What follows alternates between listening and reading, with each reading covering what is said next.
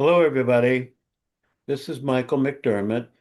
I am one of the co-founders of the Black Earth Institute and have been the managing editor of this paper, this journal, since 2005, I think we started. And I think there's been 23 issues of that.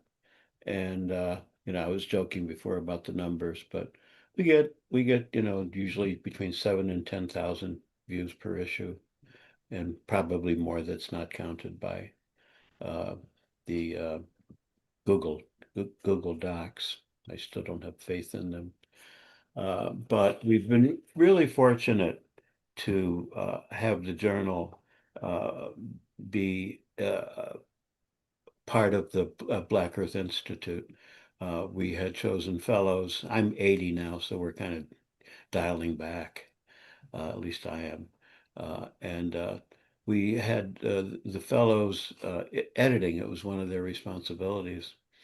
And now we're trying to go issue by issue. DJ and I did one under this kind of new model, and we're looking to others. We have one scheduled already with folks who want to do one on beauty. Uh, so we'll see about that. And after that, anybody here want to edit another issue? They're welcome to jump forward. Anyway, so that's that. We've just a word. Um, the Black Earth Institute was founded by myself and my then wife, Patricia Monahan. And actually, it's very much like now. I think we were sitting around watching the TV and threatening to throw pop or beer cans at it, and decided instead that we would do something. Patricia had wonderful ties in the artist community. I was looking at right-wing think tanks at that time, at that moment. So we decided to form something that we might call a think tank for artists and art in the service of Earth, society, and spirituality. And that's what we've tried to do.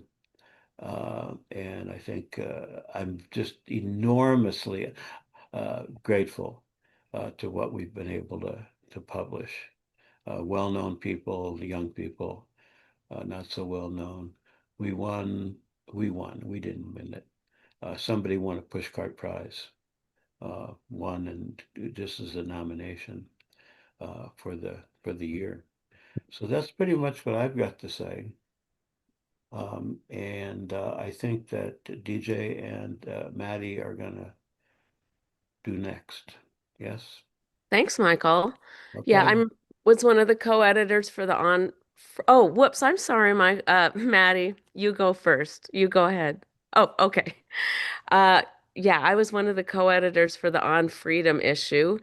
And just going to give you a little bit of background about how that topic was chosen and how we went through our selection process. So, Michael and I both became interested in the idea of freedom as this historically and kind of globally charged term, something that's, contested and people have fought over and even died for historically and currently. Part of our draw also came from how freedom has been a rallying cry in the U.S. for different ideological persuasions in the past couple years. In last year's presidential election campaign in the U.S., for example, Governor Ron DeSantis campaigned on the idea of freedom. And in Florida, he has currently spent over $60,000 on road signs that now read Florida, the Free State. Kamala Harris also campaigned on freedom using Beyonce's song Freedom as an anthem. So we were kind of looking at freedom historically as well as how it's being played out, especially in US politics right now. and kind of asking broader questions about freedom means in this moment, in the places we inhabit, and what it means to be free. What are we free from, and what are we free for? I just want to quickly mention that we had this overwhelming number of submissions, almost 1,000 submissions for this issue. And each submission had multiple entries. So we'd get like 3 poems or 5 works of art.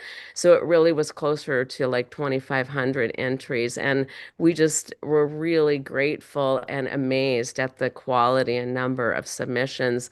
And what was really remarkable is we had a very large number of international submissions and a large number of submissions from young people, which we defined as people under 30. So we were struck by how the issue of freedom struck a chord across generations and across borders.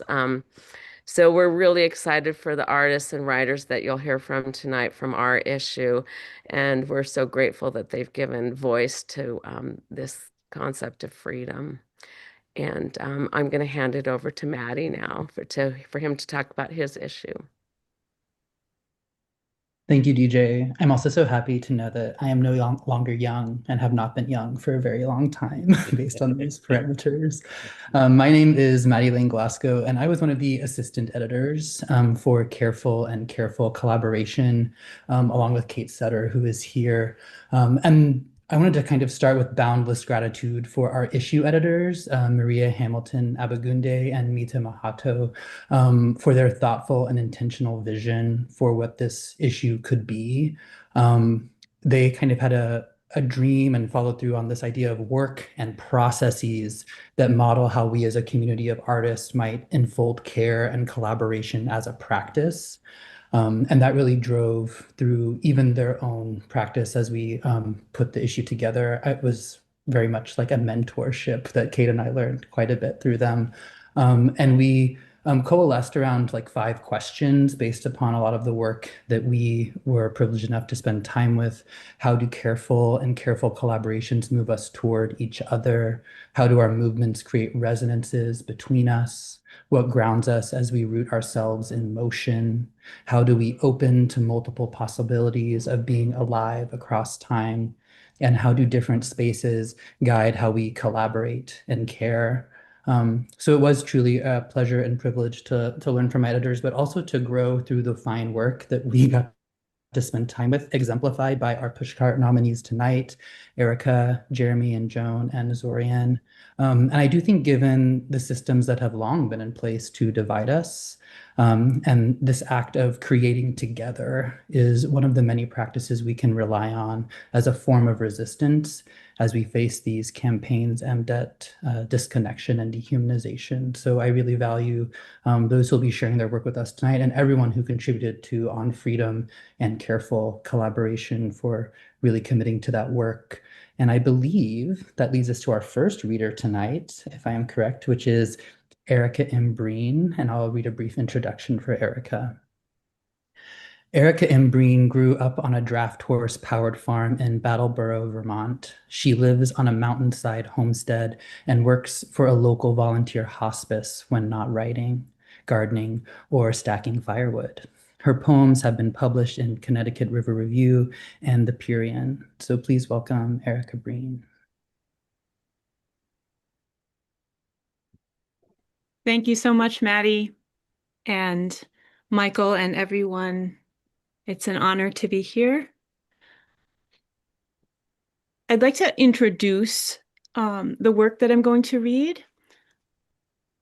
I want to show you that it's not just one poem, but 2 poems. It's called a diptych. So that it's like they're collaborating with each other. The first poem I'll read on the left is a found poem. It's from the land records at my local town office in Brattleboro, describing the boundaries of the farm where I grew up.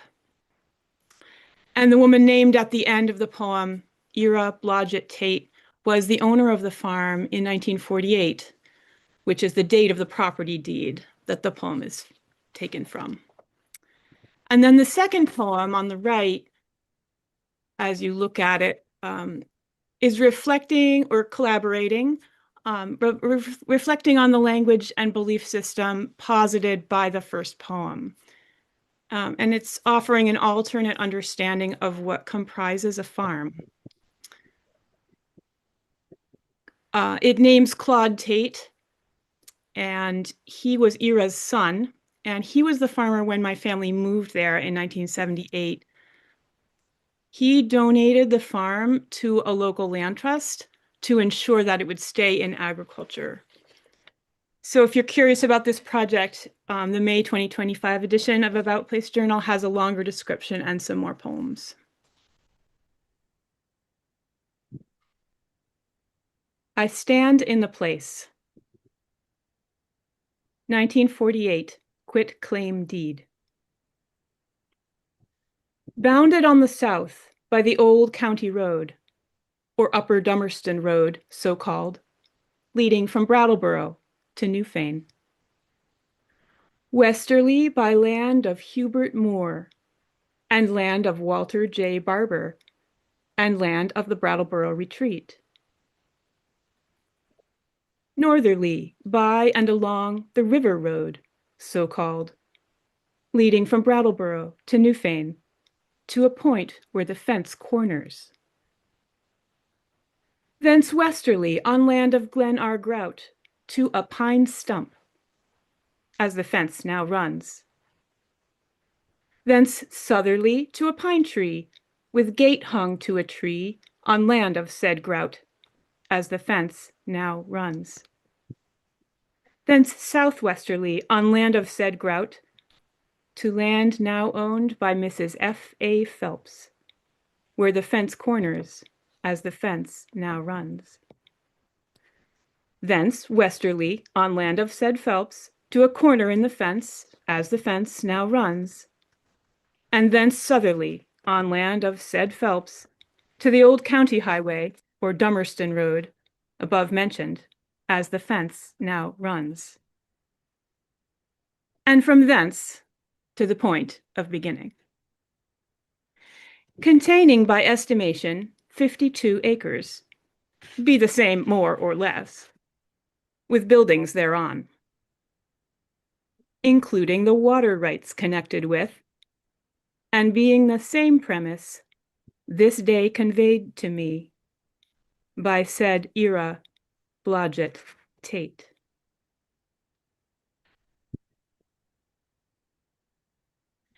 (2023) Reflections.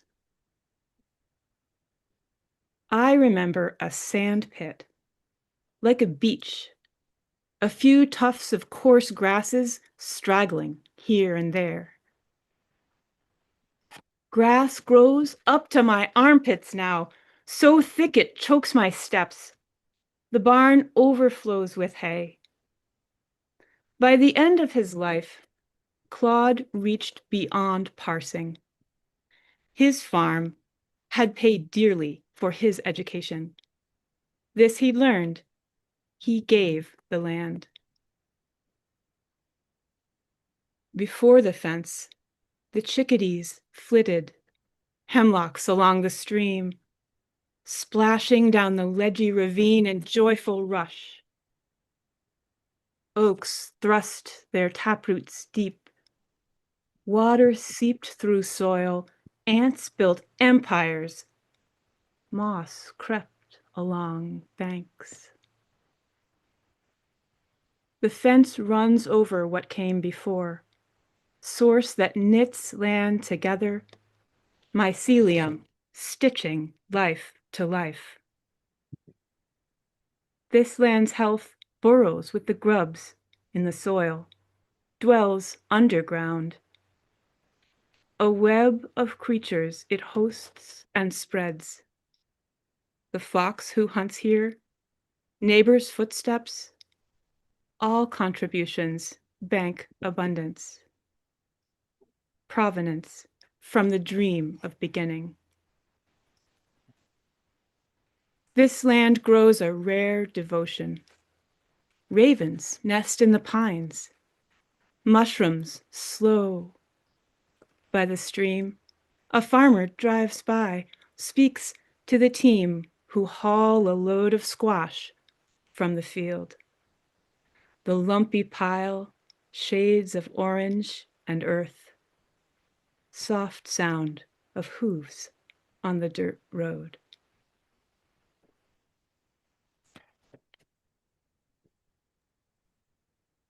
Thank you so much, Erica. Great, great work. Thank you. So now it's my pleasure to introduce Sierra Miller. She's one of the authors for the On Freedom issue.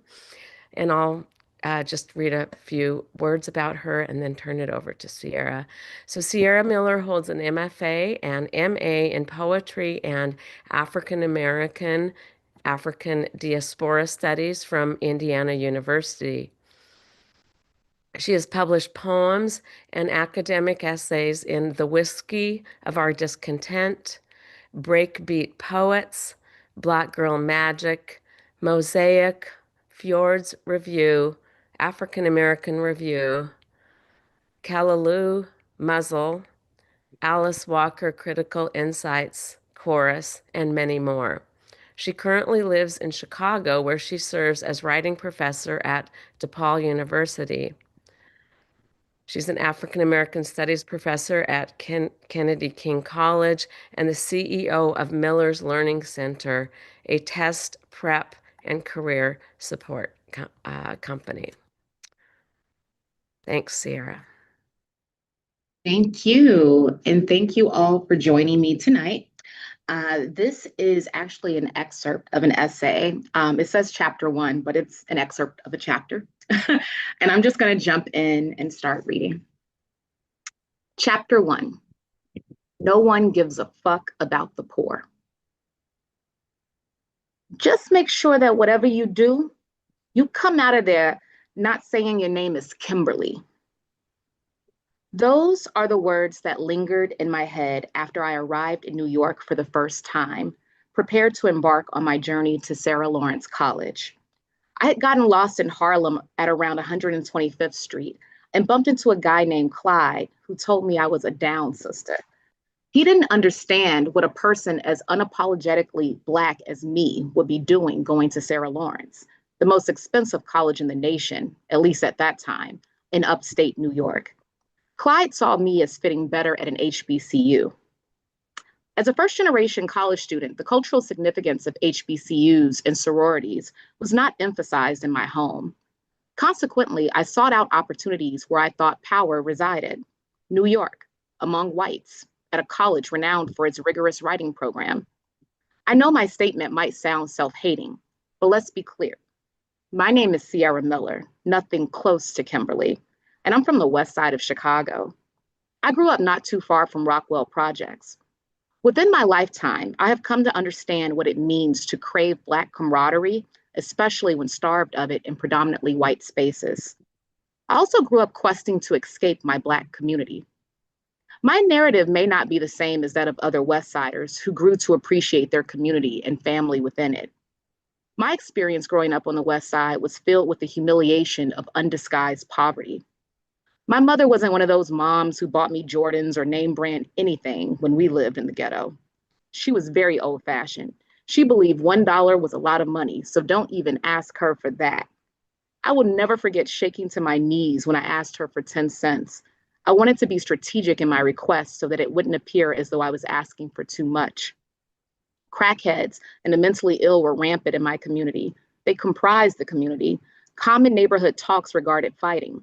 And I was very much a lover of Barney and Friends and Arthur, educational shows of high moral value. I loved TGI Fridays when you could watch Family Matters, Step by Step, Full House, etc. I didn't fit into my community.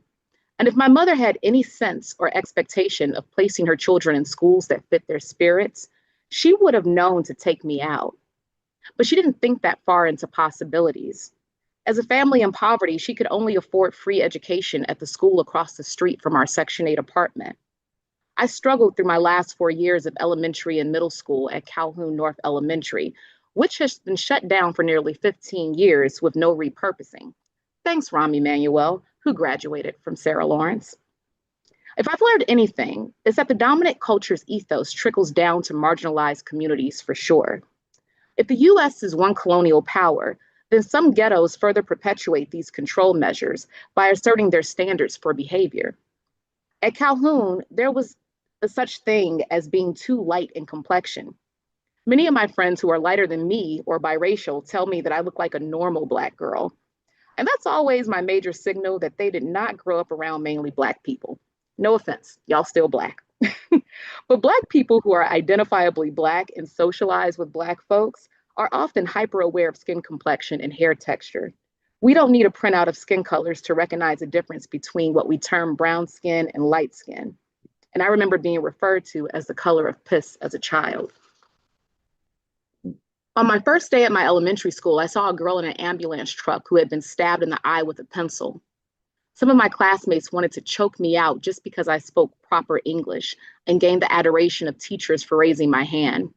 My classmates were able to sniff out differences, and they weren't letting anything that reminded them of whites or something different from what their community or families represented come into that school and gain an advantage. My point is that I don't look back at my time on the West Side with starry-eyed adoration. I didn't go to college and become some Black power activist and treat the people I grew up with as representations of oppressed people either. I lived the poverty that some people only read about in books. I lived the poverty that some people only visit occasionally. I lived it, and I can say there were good moments of scraping together quarters to chase the ice cream truck, and classic memories of my best friend's brother slapping burp-faced Brenda over holding me and her hostage over $5 she believed my friend stole. But I actively wanted to get out of the ghetto. Every outside day was a pinky in the brain adventure with my best friend. What are we going to do today? The same thing we do every day, try to take over the world. The only thing is that we weren't even conceptualizing world dominance. We wanted to strategically get out of the ghetto.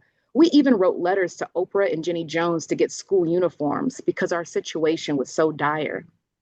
Now that I'm an adult who willfully and blessedly has employment at a community college in the heart of one of Chicago's most highly stigmatized ghettos, Inglewood, I am able to look at the community which bears similarities to where I grew up in Garfield Park in North Lawndale and take all of my prior experiences with me and assuredly say, no one gives a fuck about the poor. Truly. And even me, my word should also be brought into question because I realize that unless I made the intentional decision to live in my old community, which of course would be a decision from a place of privilege, a place of strategically planting myself there so that I can have an educational impact on people, I would never choose the community where I was raised. I would never choose to raise my children there. I wouldn't choose Inglewood either. I would choose Hyde Park. I would choose parts of Woodlawn. I would choose parts of South Shore. I would even choose the near West Side, which was once West Side before gentrification. If I wanted to own a house, I would choose Beverly. I would choose a western suburb. This means that I've acquired at least some level of privilege, hard earned, of course, to make decisions about where I plant myself. Today, I feel more like Will Smith when he infamously said, "Keep my wife's name out your effing mouth." I feel a deep-rooted connection to the poor, even with my questionable choices about where I choose to live. In college, professors and classmates wanted to talk about the poor and use statistics or pseudo-compassion. The poor are used for political conversations. In college, I realized that I was never expected to make it into such an elite institution. It felt like I had entered a party that I was not invited to, and I was able to hear the gossip about my family. And I would sit there in those classrooms, having personal knowledge of my people, wondering where all these misconceptions had come from, and why I was forced to discuss my community through quoting Karl Marx. I finally understand why politicians never or seldom mention the poor when rallying for more votes. They don't see the poor. They see past them. They don't see them as providing anything meaningful to society. The poor only exist for big corporations to profit from. They exist for the creation of more jobs to assist working or middle-class people to bring home a steady income. Wherever the poor are, there was someone or some entity that feels needed. It's not too different from people who date fix-me-uppers. Wherever there is deprivation, someone can come in dutifully and assert their necessity. But trust me, this nation has no investment in the total eradication of poverty. So many people would be unemployed if we wiped out poverty. A select few people will benefit from the nonprofit services provided to them to alleviate their socioeconomic condition, but the general system of inequity will remain intact. It's a major component of capitalism. But Clyde, let's go back to Clyde, was right about one thing. There would be several Kimberlys at Sarah Lawrence, people of color who entered the school with one name and came out with another name that appeared white adjacent, or with attitudes that were aligned with the upper class, even if they never had a paycheck of more than a few $1,000s. I would enter and leave the institution as Sierra, but be not mistaken.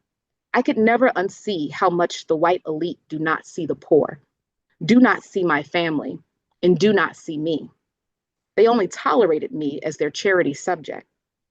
My decolonization journey would take years to complete, a grave mission. Thank you.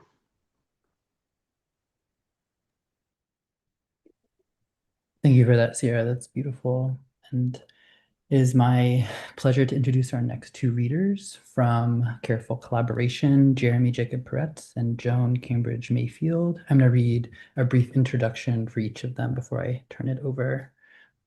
Jeremy Jacob Peretz is the author of Jombi Jambori, forthcoming from Ugly Duckling Press, a chapbook of poems written and translated collaboratively with Joan Cambridge Mayfield in both Guyanese Creolese and English. He holds a PhD in culture and performance from the University of California at Los Angeles and teaches in the Faculty of Education and Humanities at the University of Guyana. Joan Cambridge Mayfield is an environmental protector, Afrofeminist activist, former leading member of Guyana's Press Corps, and author of the internationally acclaimed novel Clarice Cumberbatch Want to Go Home. Her writing has appeared in the Antioch Review and was anthologized in Daughters of Africa, an international anthology of words and writings by women of African descent from the ancient Egyptian to the present. Thank you both to Jeremy and Joan, and take it away. Thank you. Thank you. Yes, thanks so much, Maddie and DJ and Michael and Ciara and Erica. It's so great to hear you both read and looking forward to the other contributors. So we're gonna read two poems that we've written and translated together. So the first, I'll start with the first one. That's the one that was nominated.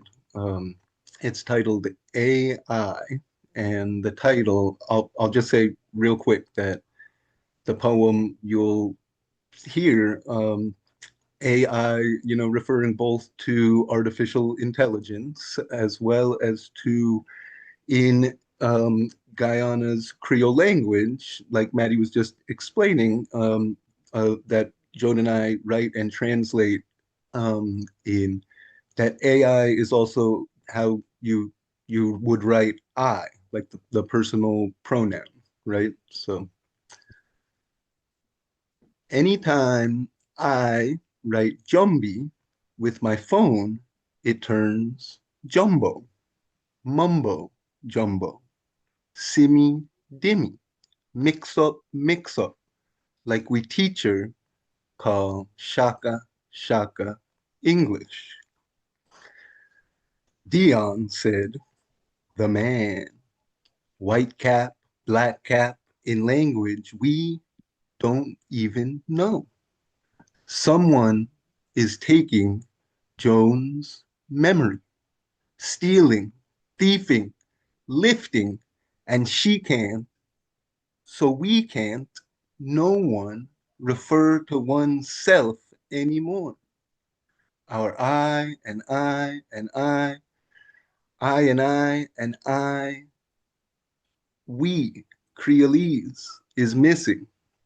She write I and got trickified smartness, saying she is no longer, does not exist, does not matter, is not matter, is Jumbi, turn jumbo, ready to haunt some mother skunt boneless, burned, retrieved from the pyre, smashed and mixed and drunk, inhaled, remembered, forgotten, for good benefit of all who've been touched together, torn to be darned, damned to be blessed, we. And Auntie Joan will read the next poem.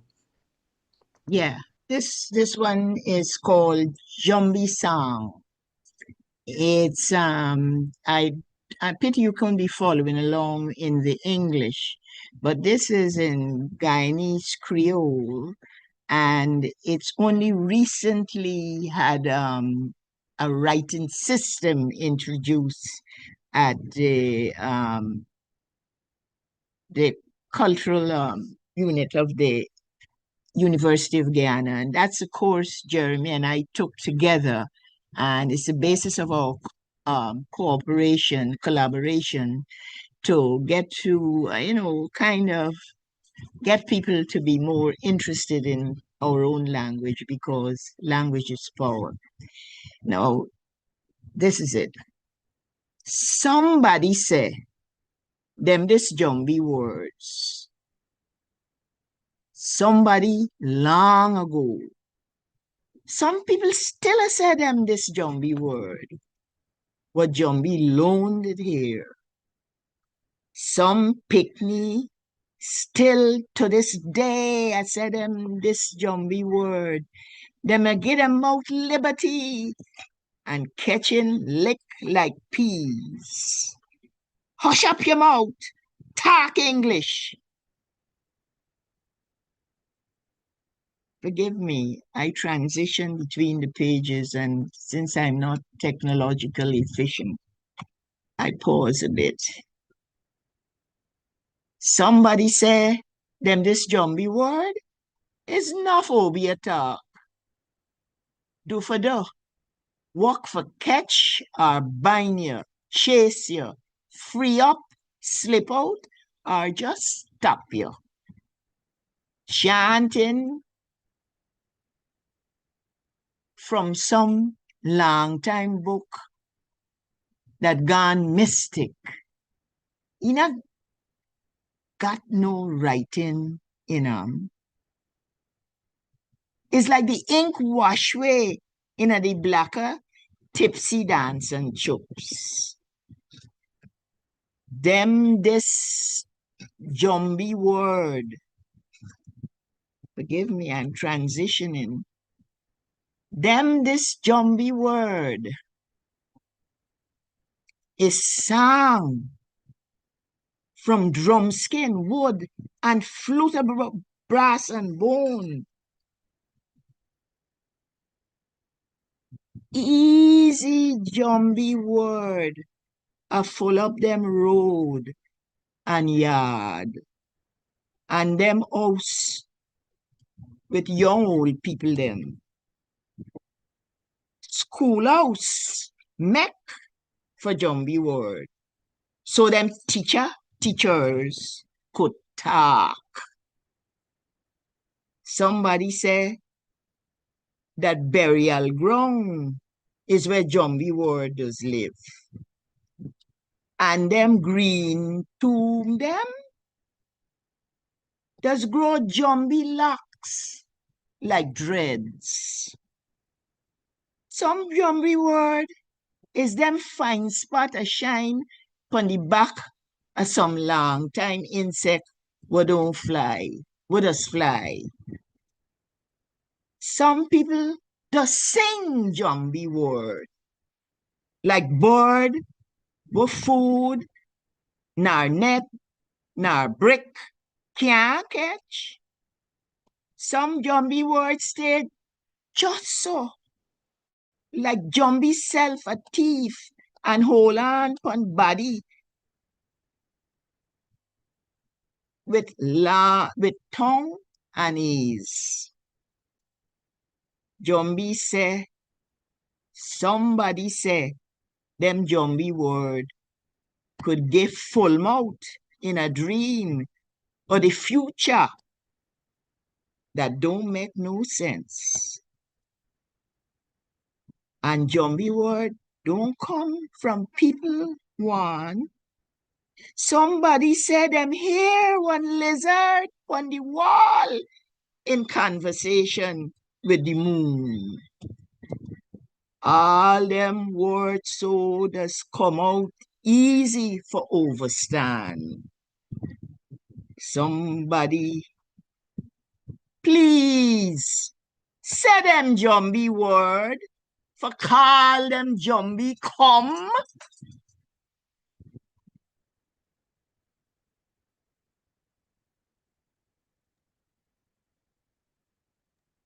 Thank you so much, Joan and Jeremy. That was incredible. Thank you so, so much. Wow. Okay, so it's next my pleasure to introduce Mauricio Ernesto Ramirez. He's a Salvadorian American artist and scholar based in San Francisco. His writing has appeared in public books, art news, El Tolaquete, Cool Beans Lit, SF MoMA, Latin American and Latinx visual culture, and Latino studies. He holds a PhD in Latin American and Latino studies from UC Santa Cruz, and his work has been supported by fellowships from the American Council of Learned Societies, the Mellon Foundation, the University of California Office of the President, and the University of Illinois at Urbana-Champaign. Welcome, Mauricio. Thank you. Hello, everyone. First, I just want to say I'm honored to be nominated for a Pushcart. It means a lot to me, and I know this story is under fiction. I call it historical fiction, but I do want to state that it is based on a true story. And so what I'm about to read is a compressed version of it. So please read the whole version online. And thank you. Thank you once again. Pan francés, which translates in English to French bread. Just like the pupusera learned to flip her pupusas by feel and sight, Mateo and his family had learned to listen to gunfire without needing to look. They rushed, as always, without speaking, lights off, bodies low. Mateo's cheek pressed into the tile floor, as close to the ground as possible, where safety lies. The crack of gunfire was severe.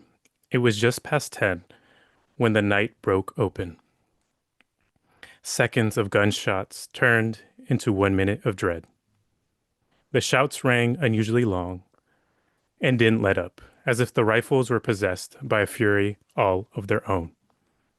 When the gunfire dissolved into the humid air, Mateo rose from the floor like a ghost. He crept out, moving towards a fence bordering the slope where their house clung precariously to the hillside. Perched on the hill, he wasn't afraid to look under the cover of night, nearly invisible. From this hiding place, he peered across the street at Chevron Guardado. The gasoline station, recently abandoned after too many robberies during the war, had made it too dangerous to keep open. Men appeared, stepping out from the shadows. Their rifles hung heavy across their backs, G3s or M16s maybe, long black shadows. There was no mistaking them. These were not soldiers, not guerrillas either. These were the men who didn't wear uniforms because the death they brought upon people didn't need any recognition. Mateo had seen them before, about 1 week ago, when they marched into his school searching for classmates who were taken and then disappeared for supporting the revolution. He watched the band of men climb into beds of pickup trucks with no license plates, no markings. They disappeared into the night, engines humming. The next morning, Mateo woke as he always did, early and quiet. It was customary for him to fetch pan francés for breakfast at the store located in front of Chevron Guardado. He went with his friend Chamba, the next-door neighbor, who was 1 or 2 years older. The two teenage boys walked across the street. In the tiendita, Mateo asked for pan francés. Chamba bought a pack of cigarettes. Just as the sound of the monedas de Colón was hitting the countertop, the woman behind the register spoke. ¿Y ya fueron a ver los muertos? The question hovered. Chamba asked, ¿Y cuáles muertos? She nodded towards the gasoline station. Hubo una balacera anoche en la fosa. They thanked the woman for the bread, and then, driven by teenage curiosity, they crossed the road.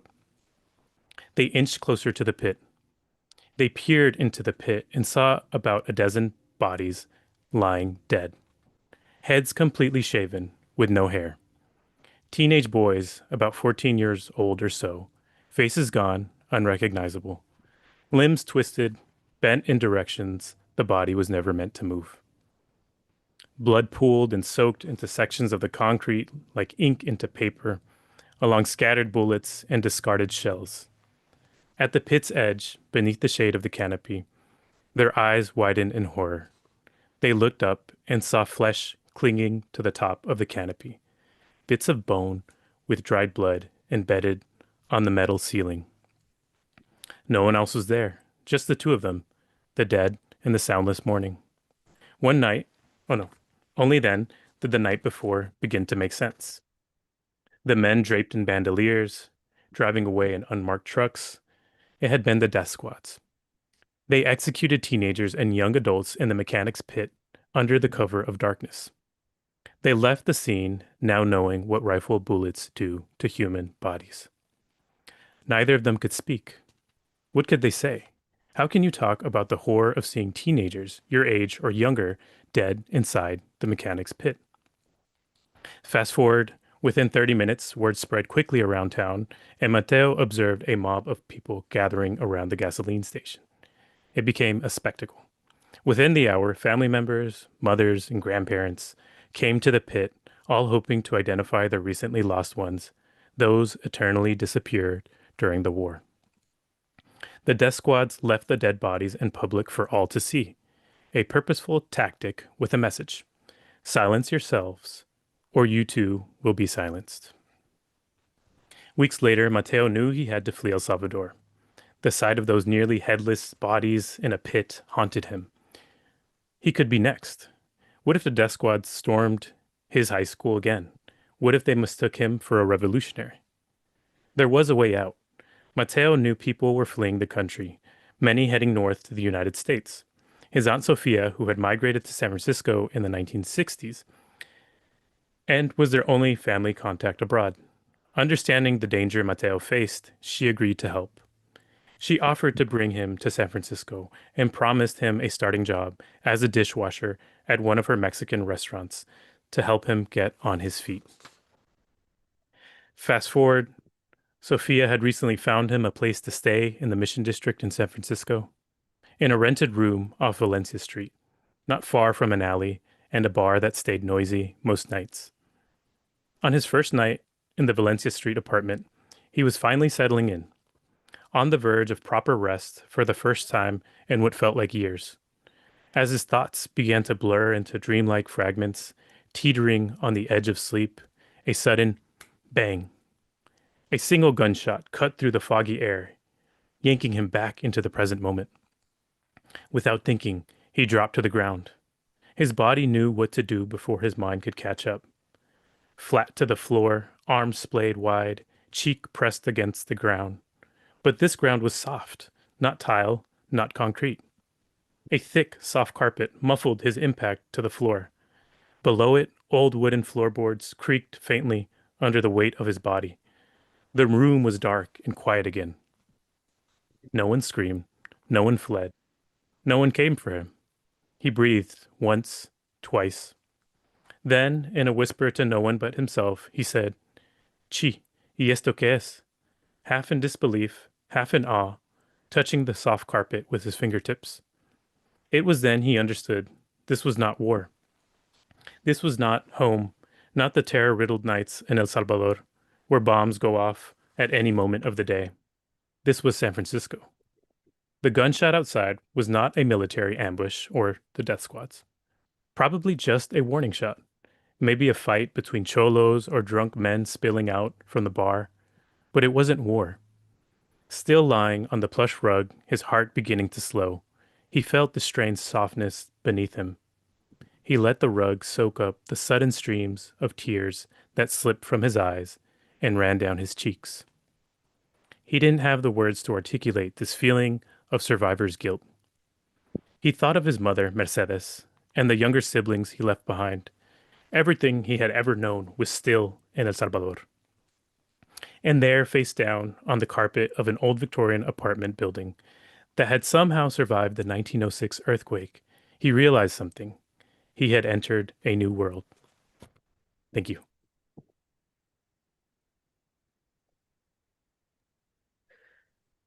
Thank you so much, Mauricio, for that very sobering and moving piece. Yeah, thanks. So the last reader from the On Freedom issue, last Pushcart nominee, is Dr. Mel Michelle Lewis. She's they're an environmental arts and humanities thought leader, scholar, writer, and transdisciplinary artist. Rooted in the Gulf South's folklore, dialect, foodways, music, and landscapes, Dr. Mel's creative work explores nature writing themes in rural coastal settings through the lens of Black Creole, Afro-Indigenous knowledge, and Afro-Indigenous knowledge. Dr. Mel is the inaugural executive curator of Root to Flourish Collective, promoting interconnectedness between people and nature. They are also lead coach and consultant with the Art of Change Agency. And they teach social and environmental justice inquiry at Maryland Institute College of Art and serve as Orion Magazine's board vice chair. So take it away, Dr. Mel. Thank you so much. Hey, y'all. I'm just so pleased for this opportunity to read this evening, reflecting on the theme on freedom, and for the Pushcart nomination. And congrats to all the nominees. And thank you so much for sharing your work. So my nominated work is the first piece in a triptych, Poems from Slave Narrative Project 1936 to 1937, Revisited 2025. And it's inspired by the Library of Congress's Federal Writers Project collection. It's a WPA New Deal Great Depression program. And we understand that the employed federal writers, the majority of whom were white, were traveling around the South, taking down stories in dialect from formerly enslaved Afro-descendants. And in this case, it's really their interpretations in terms of the federal writers and their understanding of dialect that's documented. So those are the documents that we have in the archive. So I've been reading and listening to these narratives to identify formerly enslaved Afro-descendants as environmental storytellers. And this is a way to fill in the gaps in the archive, those archival silences, and shift our understanding of who's an environmentalist, who's an environmental storyteller, and expand the notion of who's an environmental writer. So here is Uncle Anthony's Haints. And we think about haints as ghosts or spirits haunting Uncle Anthony on the plantation. So this is dedicated to Anthony Abercrombie of Alabama. She went down to Alabama to ask Uncle Anthony Abercrombie about slavey time. She went up the steps and he done told federal writer Susie R. O'Brien, "No, ma'am, I sure don't see too well, but I knows you is white folks." His birth year 100 years ago, he know 'cause Mistus put it down in the Bible. Uncle Anthony told about the plantation haint, one mighty bad overseer, and the other haint, old Joe, who Massa Jim had to pull his gun and kill. Uncle Anthony say he went down to that same skirt of woods, what I used to get my lightwood, what I used to start a fire, to shake down persimmons from a tree. For long I heard another tree shaking. Old Joe was shot right there by Master Jim. Oh, that's Joe, 'cause he likes Simmons too. Uncle Anthony ran and catch up if you can. Then another time, Hound Dog and Uncle Anthony was in the woods chopping. Every time that axe go whack on the lightwood knot, he hear another whack sides his. Hound Dog was crouching at my feet with the hair standing up on his back. They tore out for home lickety-split and ran up to Master Joe on the porch. Master Joe say, he ain't nobody but old Joe. Do he owe you anything? Old Joe, the haint, owe Uncle Anthony for helping shuck some corn. I don't want him following around after me. When he do, I can't keep my mind on my business. Uncle Anthony say, old Joe, debts are forgiven. So I'll read the third piece now in the triptych, and this is dedicated to Tom Baker of Alabama. The Water Boy. She was watching Uncle Tom whittle shavings off a piece of soft, white pine. Federal writer Susie R. O'Brien. Uncle Tom recollected about the slavery days. I remembers a story about something that happened to me way back there. White pine whittled down. She waited. I was a water boy for 50 field hands that work in the sun all day long. He carried buckets from the shaded willow tree spring when they called out, Water boy, bring that bucket. He put his bare belly on the cool moss and his head under the spring to get cool. I knowed it, I done fell slap to sleep. When he woke up, it was almost dark. I couldn't hear the slaves a singing, and I knowed that they had gone home. He shook his head and looked about. My eyes came to rest on a little black bear cub drinking out in the spring. Uncle Tom was about 10 years old, and he didn't have no sense. It so was a cute little booger. He sure wanted that little bear. I made up my mind right then to try and catch him. That baby bear was a squealing in his hands when he heard something rustling in the bushes. I dropped that little critter 'cause I knowed that was his mammy and she was raving mad. Tom ran and whooped for help and seen Big Jim a-comin' through a row of corn. She made for me like two bolts of lightning. The bear slapped Tom and he drawed his body up in a knot. My back felt like somebody done put a hot iron on it. Jim wrapped his legs round that bear and stuck it a dozen times with a knife. I was all tore up, and Jim, he looked like he done messed with a family of wildcats. They made it back to the big house to get some treatments and medicine for their hurts. The mistress was standing there, and when she seed me and Jim, she almost faint. They got fixed up, and Uncle Tom was just as happy. I done seed the best fight there ever was, and I had me a little orphan bear cub. And this last short piece is from another triptych, Port of Man. And this also engages that theme of on freedom, invisible man. White folks can't see naked Negroes in the middle of the night till dawn. It been known to me, it been tried and true, move about free. Warn all the women before you go, the ones who don't want to run across you like that, and the ones who do. Steal away.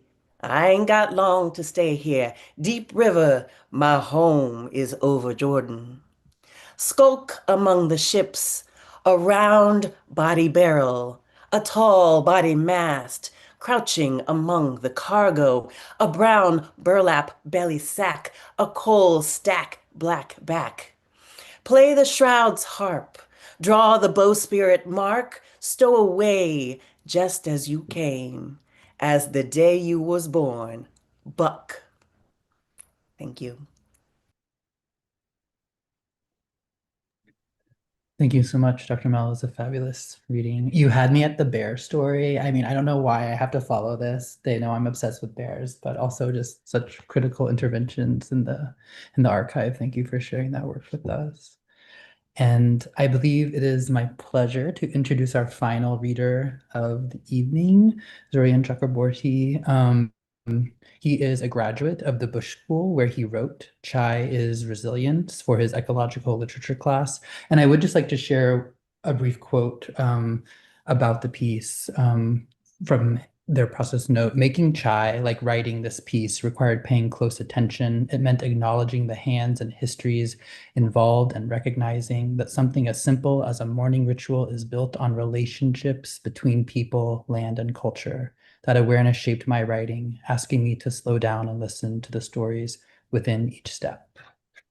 I really love that as well, so I just wanted to include that. Take it away, Zorian.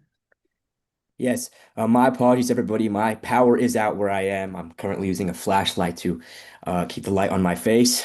But for many, a cup of chai is a simple, morning comfort. But for me, it is a huge part of my identity as an Indian American. And so I wrote this piece to explore that intersection. So I'll get to reading. Each morning begins with the gentle scrape of a pot against the stove surface, a ritual as steady as breath. The stove clicks, fire blooms, and the milk waits. My hands are no longer clumsy in their choreography. Cardamom pods crack between my fingers. The cinnamon stick, sun-warmed wood, splinters into the pot. Ginger's sharp, grated, pressed, squeezed zest brings the heat. This is the steam-laden memory of my mother's kitchen, a silent hymn to connection.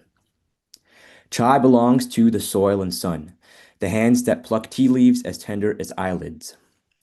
In 1835, British colonizers stole tea from China, smuggling Camellia sinensis seeds into India. Their empire had grown addicted, and addiction demands supply. They claimed the land's heart, its monsoon-fed hills, its people's sweat, and built an industry on colonial backs. For decades, my ancestors rejected tea. It was an imperial drink, bitter and foreign. It was not until the 20th century that chai, my chai, a drink brewed with milk, sugar, and spices, emerged. Chai Wallace created something wholly Indian from something stolen. We'd infused the imperial with intimacy. To make chai is to bring together a global ecosystem in a single cup. Tea leaves are the lifeblood of the shrub. The cardamom I grind into my morning pot thrives in the cool shadows of Indian rainforests. Cinnamon spirals out of Sri Lanka, where the bark of cinnamon trees are peeled with care. Milk flows from cows whose diet and welfare shape its sweetness. Ginger grows wild in the earth, rhizome bringing soil and spice. But this ecosystem is cracking. The monocultures of industrial tea plantations drain soil and water. Workers are unpaid. Erratic rains and rising temperatures threaten the tea fields. Steam curls from the pot like spirits departing. It kisses my face, a small baptism in the waking hours. What if the earth breathed like this, in hisses and whispers, all spice and heat, carrying the stories of its layered body? My kitchen, like many others, has become a quiet altar. Chai asks for presence, for patience. It's not a drink to be rushed. The setting insists upon its role, the warmth of the stovetop, the brightness of sunlight streaking through the window where dust motes dance, the hum of a distant kettle. The ecosystem speaks through this cup, reminding me of my place within it, not above, but within. I have the power to brew responsibly, to choose fair trade, to reduce waste, to honor the people and ecosystems behind the cup. As I poured a chai into my mug, I noticed the way the spices have settled at the bottom of the pot. The sediment clings stubbornly to the pot, and I think back to what my grandmother had once said. Chai is resilience. When she told me of the blood spilled to tame the wild slopes of Darjeeling and Assam, and how tea became ours not through acquiescence but transformation. Our ancestors brewed chai like they lived, with the quiet defiance of people who'd been told they were small and insignificant. A pinch of this, a splash of that, and suddenly the bitter leaf was unrecognizable, blooming into something richer and fuller. The resilience she spoke of lives in the hands of chaiwalas lining India's crowded streets.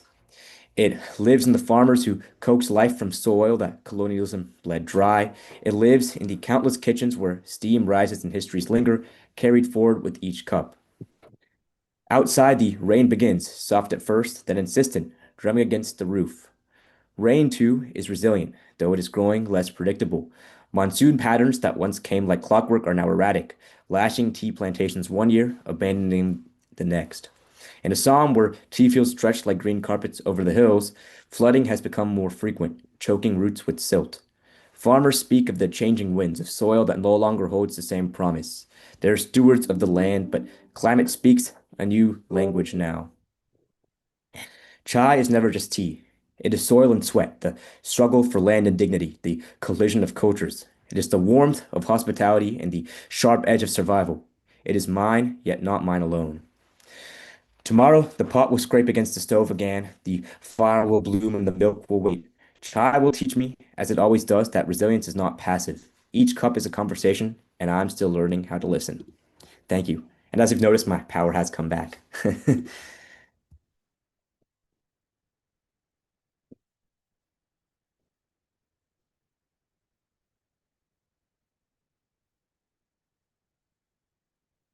Okay, Michael, would you unmute?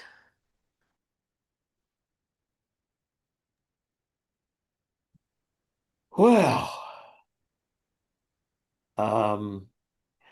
it's a lot of work to do this, and I obsess over it. Uh, but this is really moving uh, to see people, to hear them read, uh, to be moved. I mean, I've read all these things, and I read them over and over and over to see what was there. But my really, some of this stole my heart, and oh, look at that. And I think that I have that privilege to be moved by that. And the content, I'm always, DJ can tell you, I'm always, trying to make things more, quote, political. And I have no complaints. I have no complaints. So I want to thank you all. I mean, this really, really, really means a lot. And I think you can see each other in this. Um, uh, you can look and see under the submissions link in the journal uh, for the call in terms of rooting it. And I would encourage people. I'll make sure that we get to send the call to all of you. And again, as I said, in the real fantasy, anybody wants to take a shot at helping with editing, we'll be doing that in a year. Yeah, we got the next one arranged after the next one. So we'll be doing that in a year. Okay. Yeah, and thank you so much for our valiant audience members for hanging in there with us. You had a real treat with the live stream, and we have it recorded, so you'll be able to send it to your friends soon. So thank you. Okay. Thank you. Okay. Thanks, Thank you y'all. all Thank you very so